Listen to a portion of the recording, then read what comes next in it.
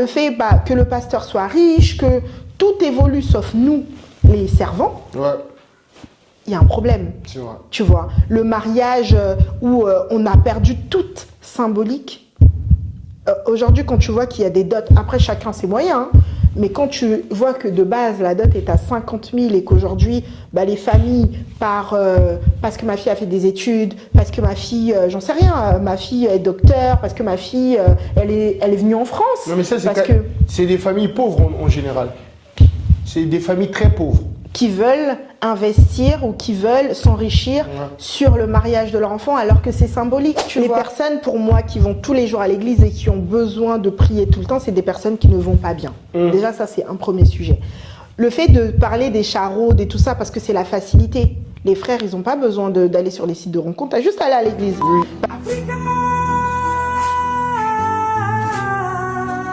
Bonjour Lynn. Bonjour Franck. Comment tu vas? Ça va et toi? Si tu vas bien, je vais aussi bien. Bon, on va être clair, hein, c'est la deuxième vidéo aujourd'hui qu'on a pu faire. Maintenant, j'aimerais bien qu'on parle de nos racines, de notre identité. Mais déjà, avant de commencer, est-ce que tu peux te présenter et nous présenter aussi ton projet? Oui. Alors moi, je suis Lynn Mathey. Je préfère qu'on m'appelle Kitemona, qui veut dire éclaireur guide. Je fais de l'éveil de conscience depuis ça va faire 10 ans. Cet éveil-là m'a permis aujourd'hui de sortir un livre qui est plutôt un carnet introspectif. Voilà. Aussi, du coup, ça m'a permis aussi de me loxer. Voilà. Donc, c'est Deep Experience. Il parle de quoi? Il parle c'est beaucoup d'exercices. Donc, dans la première partie, je présente comment je suis arrivée là. Et c'est plein d'exercices que j'ai pu accumuler pendant les conférences que j'ai participées, tous les ateliers afrocentrés que j'ai fait. Donc, j'avais plein de petites notes à la maison que j'ai tout mis dedans. Donc, c'est vraiment un livre qui va te permettre de te découvrir, de te connaître profondément. Voilà. Donc, comme je disais, qu'on va parler un peu de nos racines. Quand tu penses, par exemple, aux coutumes de nos ancêtres ou de nos parents, qu'est-ce qui te vient en premier à l'esprit? En premier à l'esprit, ça sera la spiritualité et la connexion aux ancêtres. Parce que j'ai vu une vidéo où tu parlais de Nzambi, Nzambé, tu parlais de la transmission, tu parlais de la loi de l'attraction, tu parlais de plusieurs choses et je voulais vraiment comprendre c'est quoi ta vision par rapport à ça. Parce que tu disais que les gens qui vont à l'église, je ne vais pas vraiment être précis parce que j'ai pas envie de blesser certaines personnes parce que tu sais la religion pour moi c'est un peu de la manipulation. Quand je dis religion, toutes les religions, bien sûr, ça manipule les gens. Mais toi, tu as dit dans une vidéo que c'est comme si vous étiez malade et que vous allez dans ces endroits pour guérir. C'est quoi la différence pour toi? Alors, déjà, c'est hyper important de se rappeler qu'on avait cette notion du créateur avant les religions. Avant que les missionnaires arrivent en Afrique, on avait déjà justement ce Nzambi Mpungu, tu vois, qui était avec nous et on a toujours été très connectés à nos ancêtres, etc. Et pour moi, le fait que les gens ils soient dans des religions, déjà ça déconnecte, puisque la religion est contre l'éveil de conscience, pour moi, l'éveil spirituel, parce que tu vas vers l'extérieur. Pour moi, la religion, c'est ça. Tu vas rechercher une divinité à l'extérieur, alors que la divinité se recherche à l'intérieur, tu vois. Et c'est cette déconnexion-là que je dénonce par mes vidéos, et aussi que les Africains, tant qu'ils ne reviendront pas à la terre-mère, à la source, ils seront toujours dans cet état-là de perdu, pour moi, mais surtout déconnectés. Mais pourquoi, pour toi, à cette époque, la tradition, c'était important pour nos générations, pour les générations précédentes et pas pour nous? Pourquoi la spiritualité était importante pour eux et pas pour nous? Oui. La spiritualité est importante à tout. Aujourd'hui, on essaie un peu de retourner, s'occidentaliser. Bon, certaines personnes commencent à retourner, oui, mais c'est une minorité. La majorité des Noirs, par exemple, ils sont plus chrétiens, musulmans, des trucs comme ça. Après, il y a même des Juifs noirs aussi. Nos parents n'avaient pas le choix. Tu vois, avec l'esclavage, c'est quelque chose qui nous a détruit le On cerveau. est d'accord que nos religions sont arrivées avec l'esclavage. Bien sûr. Merci. Bien sûr. Vas-y. La religion est arrivée avec l'esclavage et c'est pour ça que je dis qu'il faut se rappeler qu'on avait la notion du créateur, donc de Dieu, si vous voulez, même si on n'a pas la même description de Dieu dans la religion que dans la spiritualité. On avait ça avant qu'ils arrivent. Donc même le Nzambi, ils l'ont mal traduit, tu vois. Ils ont dit Zambi. Zambi qui est le zombie qu'on connaît aujourd'hui. Ouais. Voilà. Alors que nous, on dit Nzambi, tu vois. Et même quand tu décortiques Nzambi, ça n'a rien à voir avec un homme qui nous regarde, qui a des sentiments, qui est fâché des fois, qui est content quand il veut, le paradis, l'enfer. Non, on n'a pas cette conception de la divinité, tu vois. Aujourd'hui, je peux comprendre le fait que nos parents, avec ce massacre-là qui a été l'esclavage, la colonisation, ils ont dû se détacher de leur spiritualité. Ils ont dû se détacher de ce qu'ils savaient, de leurs ancêtres, tu vois. Et en plus, après, il y a eu la migration. Ils ont dû partir de leur pays. Donc, pour moi, c'est compréhensible. Aujourd'hui, nous, notre génération, on a accès à l'information. On n'a pas de raison de ne pas se cultiver, ne pas aller chercher ce que nos ancêtres ont fait. Moi, l'éveil de conscience et la connexion à mes ancêtres m'ont permis, je ne dis pas que c'est bien ou mal, hein, peu importe, d'arrêter les faux cheveux, par exemple. Ouais, tu vois. J'approuve. Je suis très d'accord avec toi. D'arrêter les faux cheveux, de me reconnecter à moi, de quitter la religion, quelque chose qui est quand même fort puisque tu nais dans une famille chrétienne. Moi, ma grand-mère, si elle voit cette vidéo, elle sera offusquée de se dire qu'elle m'a transmis la religion, etc. et que je la quitte aujourd'hui. Mais je me sens libre. Libre tu es malade. Je ne suis plus malade. En tout cas, je ne vis plus avec la peur. Quand j'ai accepté de sortir de la religion, je te jure, Franck, que je me suis réveillée en paix. Parce que quand je dormais, il fallait que je prie pour être protégée. Il fallait que je prie contre les diables, les démons, et tout ça. Et j'ai dormi sans prier. Et je me suis dit, en fait, je me suis réveillée comme si j'avais des chaînes et que, waouh, tu vois. Et ça, c'est parce que j'ai accepté le fait de, en fait, la divinité, elle est en moi. J'ai pas besoin d'aller la chercher, j'ai pas besoin de prier, j'ai pas besoin de... Tout est en moi. Parce que le Créateur, effectivement, il a mis toutes ses capacités en nous. Donc la divinité est en nous. Un truc que j'aime pas dans les histoires de religion, c'est surtout dans le mariage. Par exemple, les mariages forcés. Ça existe encore. Il y a des familles qui imposent aux enfants, tu dois te marier avec un tel, nanani, nanana. Certains même, on impose de se marier avec leurs cousins, leurs cousines. Ça veut dire que les enfants ont des santé fragiles. Il y a des maladies, des trucs comme ça. Ça crée aussi, ça crée des maladies. Parce que déjà, si on a le même sang, les enfants ne vont pas être au top, quoi. Et j'ai plein d'amis, ils ont des malformations et tout. Mais au-delà de ça, j'ai l'impression que, comme tu disais que les gens qui partaient à l'église, c'est un peu des gens malades, j'ai l'impression que les charros, aujourd'hui, ils sont à l'église. Nos sœurs, par exemple, qui vont à l'église, moi, je dis toujours, faut faire attention à certains hommes là-bas parce que eux, ils viennent là-bas juste pour avoir des femmes parce que j'ai l'impression que c'est plus facile pour eux d'avoir des femmes dans des églises qu'à l'extérieur. Donc, ils se convertissent en frères en Christ ou peu importe les autres religions, pour moi, c'est la même.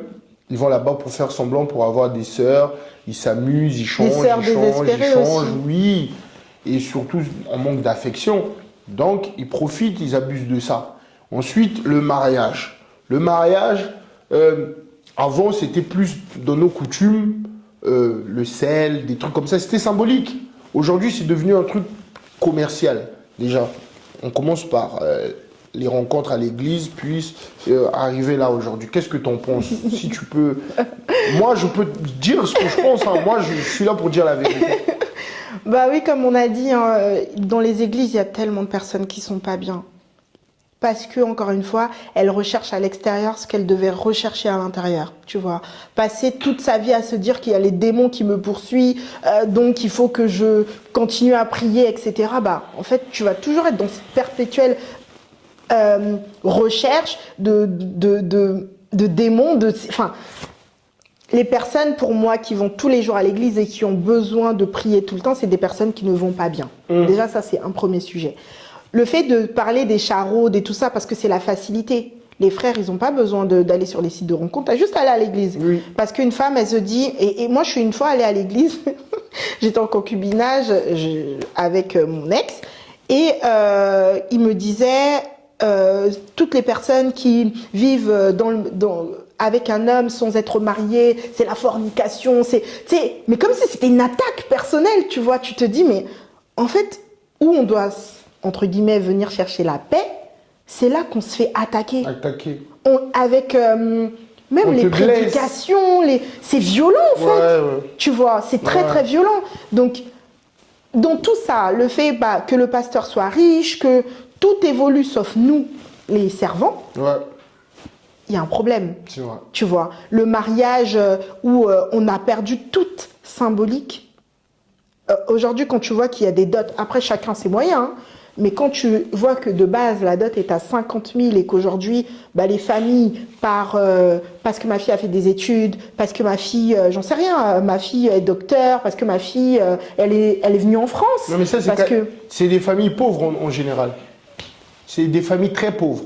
Qui veulent investir ou qui veulent s'enrichir sur le mariage de leur enfant alors que c'est symbolique, tu vois. Et ça crée des tensions, ça crée des désaccords, ça crée de la frustration parce que celui qui pense, l'homme, peut-être qu'il est volontaire, peut-être qu'il veut, mais il y a tellement de barrières pour accéder à ce mariage-là qu'il se dit je peux pas.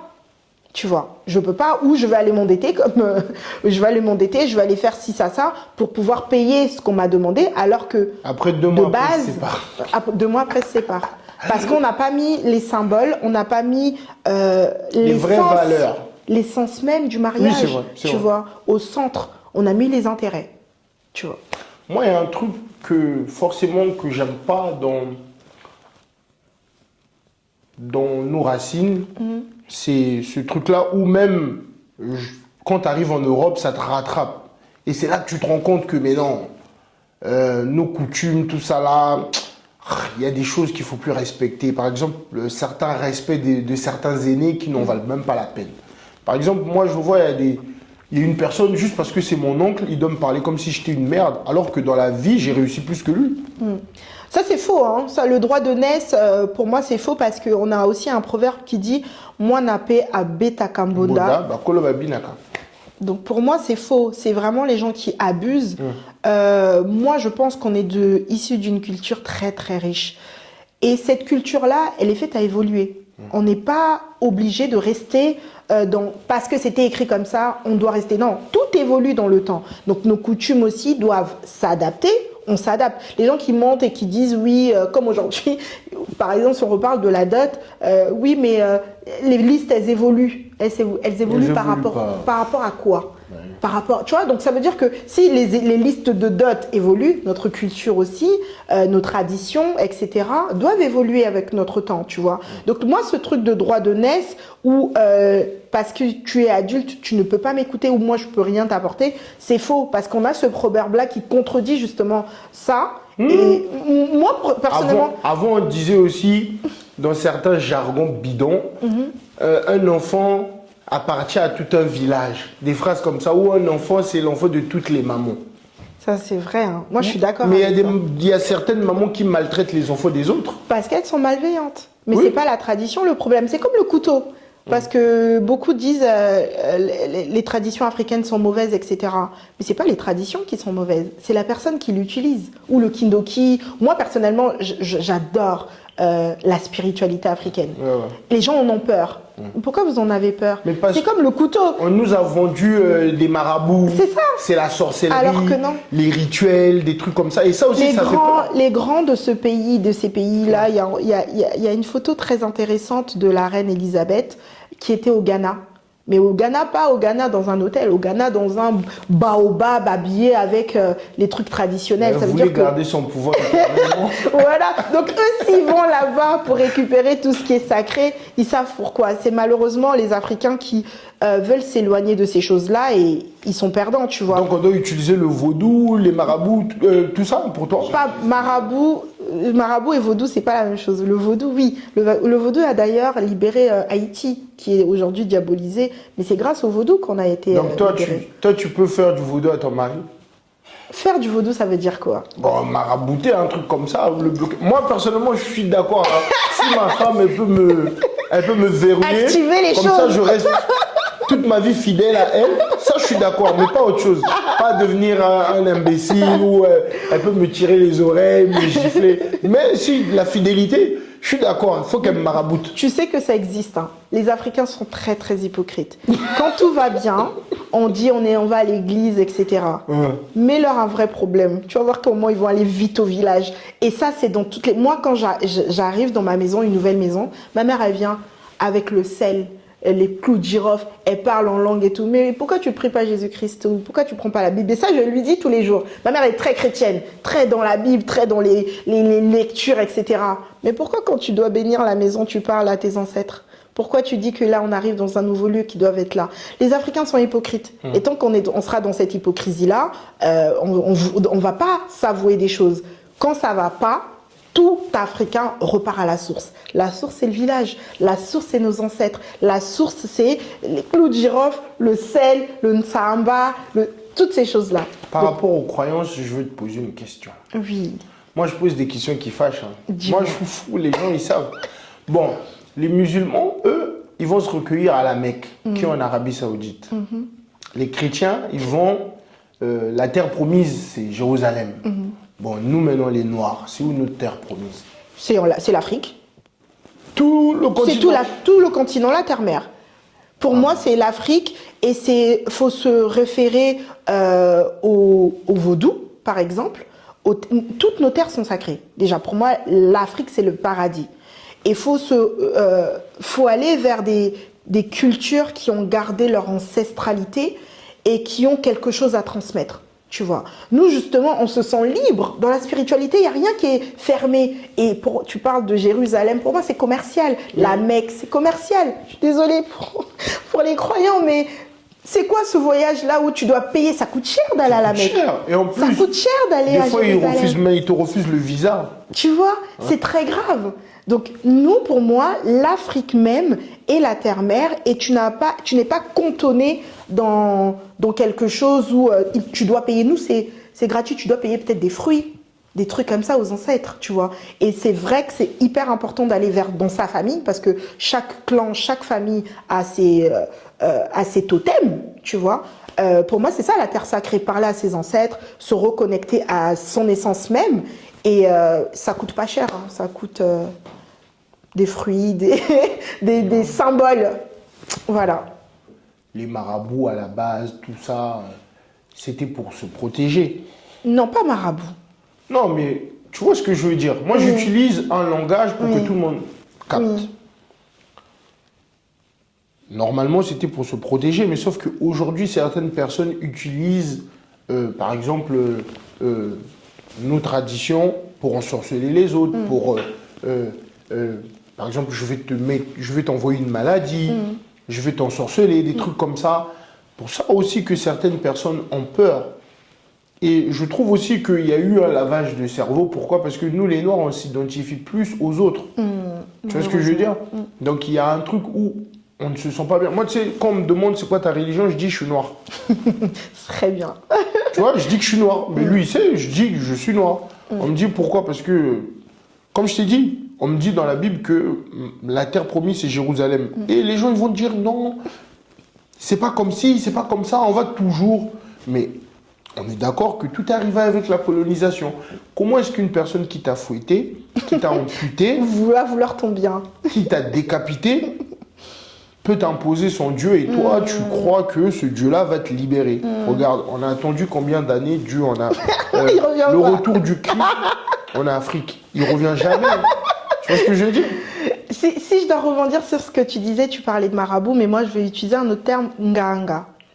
Quand tu traduis ce mot, ça veut dire quoi? Nganga. Oui, nganga. Nganga, Ou manganga. Je sais pas comment tu dis manganga. guérisseur. Oui, c'est ça. Un marabout, c'est ce qu'on dit vulgairement marabout, c'est un nganga. C'est pour te protéger. Exactement. Mais L'Africain encore une fois, comme je prenais le couteau, j'adore ce symbole-là, le couteau. Qu'est-ce que tu fais avec un couteau? Tu peux cuisiner avec un couteau. Tu peux couper du bois avec un couteau. Je peux couper aussi à une personne. Exactement. L'Africain a retenu que le côté négatif. Ouais. Si tu peux faire du négatif, quelque chose n'est jamais fixe. Tu vois, il y a toujours les deux côtés. On a toujours deux côtés. Tu vois, il y a le positif et le négatif. Notre spiritualité, tout ce qui est le nganga, le kindoki, tout ça, ce sont des sciences avec lesquelles on peut faire certes du mal, mais on peut faire aussi beaucoup de bien. Malheureusement, on oublie ce côté de bien et on se concentre sur le mal. Si quelque chose peut te faire du mal, c'est que ça peut te faire du bien aussi. Il y a toujours le plus et le moins. Même les piles, il y a toujours le côté plus, côté négatif. Donc, je pense qu'on doit juste recentrer son visage sur... son regard, pardon, sur les choses positives que l'Afrique peut nous apporter, parce que c'est la terre promise. Hein. Aujourd'hui, c'est vraiment ce que c'est l'Afrique. Et comment tu fais pour te connecter avec tes ancêtres? J'ai eu de la chance d'aller très tôt au cimetière. Moi, on a un cimetière familial. J'ai des photos depuis que je suis toute petite. Donc, à la Toussaint, mon père, il m'emmenait toujours dans c'est une parcelle, en fait, avec plein de cimetières. Et on se recueillait là-bas. C'était au début, je trouvais ça pas normal quand j'étais chrétienne. Quand je voyais mes photos sur les tombes et tout, je dis, oh, mais ça, c'est des trucs bizarres. Et qu'est-ce que mon papa, il me faisait? Et aujourd'hui, je me dis, mais j'ai eu de la chance, tu vois, de voir mon père à chaque Toussaint renverser d'une samba, renverser de la cola, renverser des trucs comme ça. Et moi, j'ai toujours eu la chance de sentir une protection divine. Genre, j'ai toujours senti que quelqu'un me protégeait, tu vois.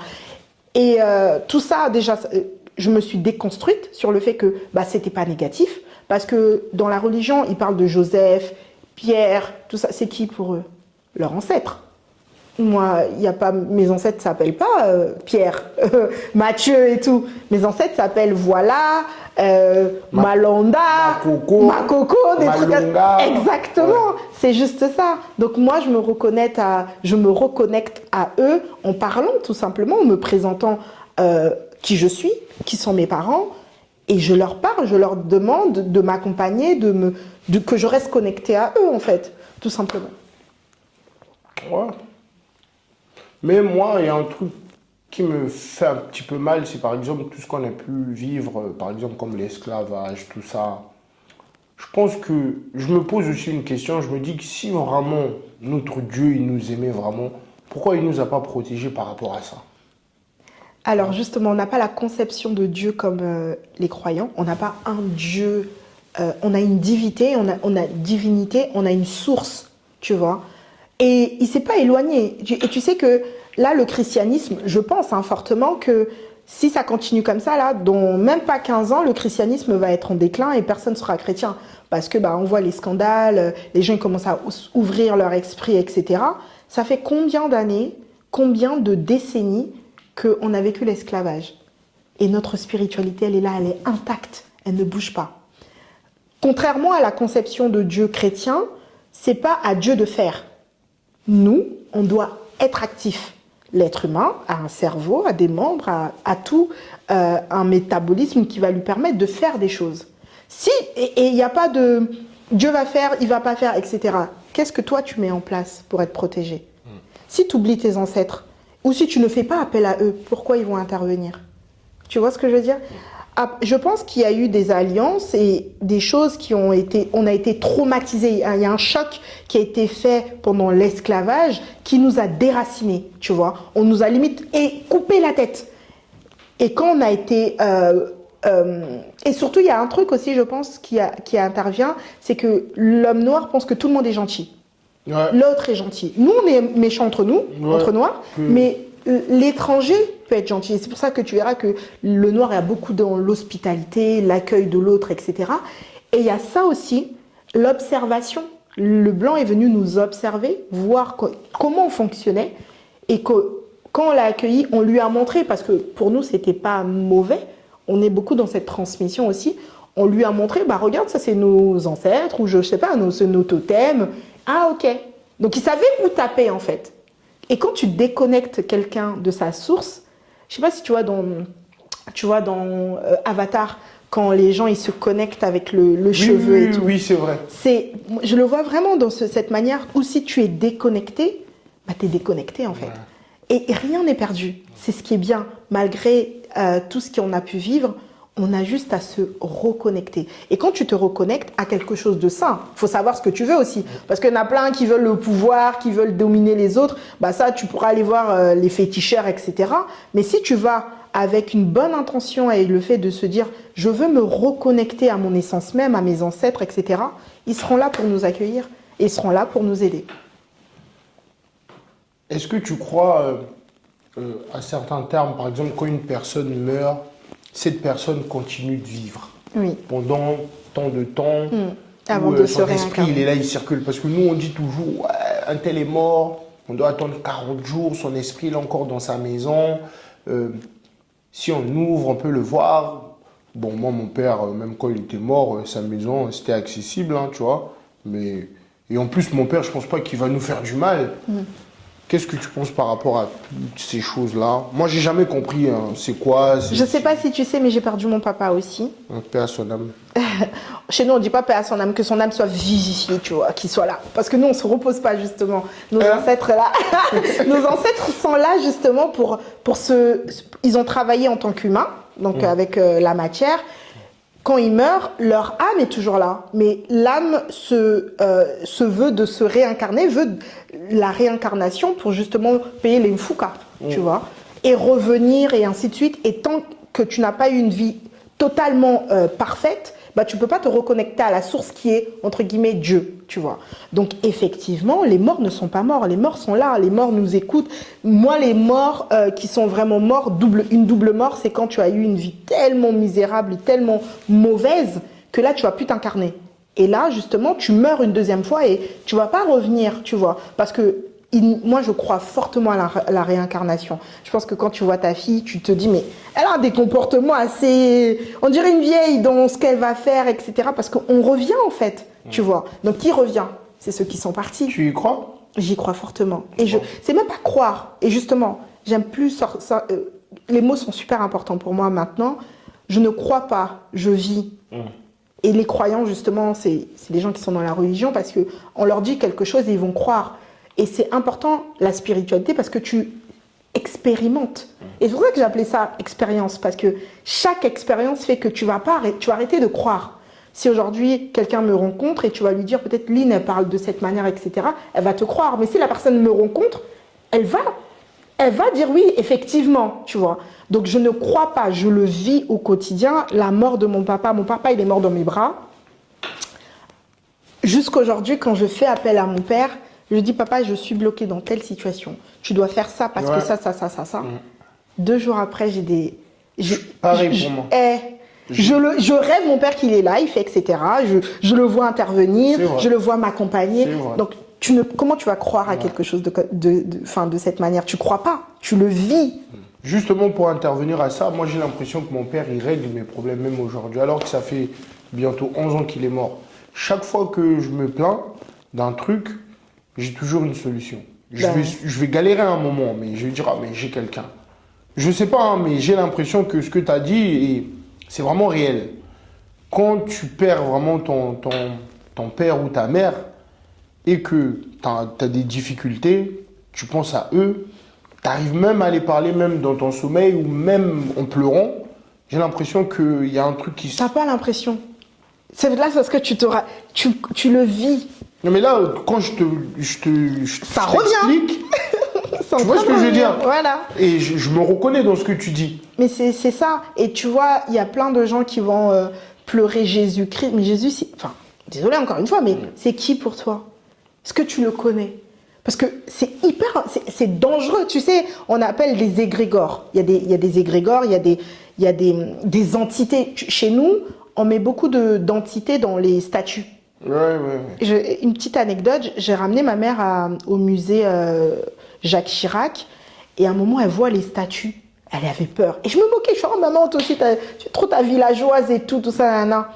Et quand on rentre elle me dit mais en fait chez nous ces statues là tu les vois pas comme ça, Et en apprenant, en fait, les statuts, tu les vois parce que tu es initié. Oui. Tu arrives à un certain degré où tu as l'autorisation de voir ça. Et eux, les gens là, ils mettent ça dans les musées comme ça, à la vue C'est de vrai. tous. Tu vois ce que je veux dire? Et c'est ça, l'égrégore de Jésus, parce qu'on ne sait pas s'il existait. Moi, mon père, je sais qu'il existait. Ma grand-mère, je sais qu'elle existait. Mon arrière-grand-mère, je sais qu'elle existait parce que je suis là.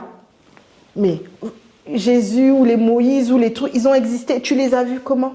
Est-ce que tu sais pourquoi ça a été créé? Et quand quelque chose est créé, pour moi la religion a été créée, elle a été créée avec une intention.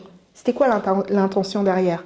Donc toi, quand tu as un problème et que tu appelles des entités, parce que ce sont des entités que tu ne maîtrises pas, quels sont les résultats que tu attends? C'est vrai. Tu vois? Je vais te poser une dernière question pour finir. Oui.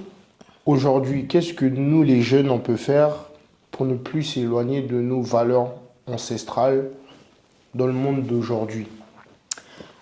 Déjà, il faut savoir ce qu'on veut. C'est pas tout le monde qui veut se reconnecter. Il y a des gens qui sont perdus et ils sont OK avec ça. Maintenant, on va parler aux personnes qui veulent se reconnecter. Déjà, reconnecte-toi à ta personne. De te déconstruire, reconstruis-toi avec des choses saines. Deep Experience peut être là pour ça. Quand tu es sûr de ta personne, donc ça veut dire que tu sais ce que tu veux, ce que tu es, là maintenant, tu peux te présenter devant tes ancêtres. Parce que tu sais, tu connais ton identité, tu vois. Donc là, tu peux te reconnecter si tu le souhaites à tes ancêtres en te présentant simplement à eux. Je suis un tel, j'aimerais ça, par des petites choses. J'aimerais voir ça, j'aimerais connaître ça, j'aimerais telle vérité. Et il faut être aussi prêt. C'est pour ça que la reconstruction de soi est importante, parce qu'il y a certaines vérités qui ne seront peut-être pas douces à entendre, tu vois. Et donc, il faut être sûr de ce qu'on veut. Et quand tu es prêt, eh ben, tu verras au fur et à mesure que ce soit les rêves, par des rencontres, par plein de choses, tu te diras, mais mince, je cherchais telle vérité, elle arrive à moi. Parce que la nature est parfaite. Vraiment. Tu demandes, tu reçois. Donc, il faut être sûr de ce que tu demandes. Quand tu es sûr de ce que tu demandes, elle te sera apportée. Ok. En tout cas, merci beaucoup. J'espère qu'on aura le temps d'avoir d'autres entretiens comme ça. C'est très important de discuter. Hein. C'est important, tout le monde apprend. De toute façon, on est là pour se construire. Sinon, je ne ferai pas de vidéo, moi. En tout cas, belle initiative. Merci beaucoup. Merci. À la prochaine. On va mettre le lien du livre sur la vidéo. Bon, peut-être qu'on va t'apporter peut-être 2 ou 3 personnes. On ne sait jamais. C'est déjà ça. Après, le plus important, voilà, c'est de faire ce qu'on aime. Si ça paye, tant mieux. Si ça ne paye pas, tant pis, on fera autre chose. Au moins, on aura fait ce qu'on avait voulu faire. Après, il y a l'usine, on peut toujours bosser. Donc, merci beaucoup. Merci, Franck.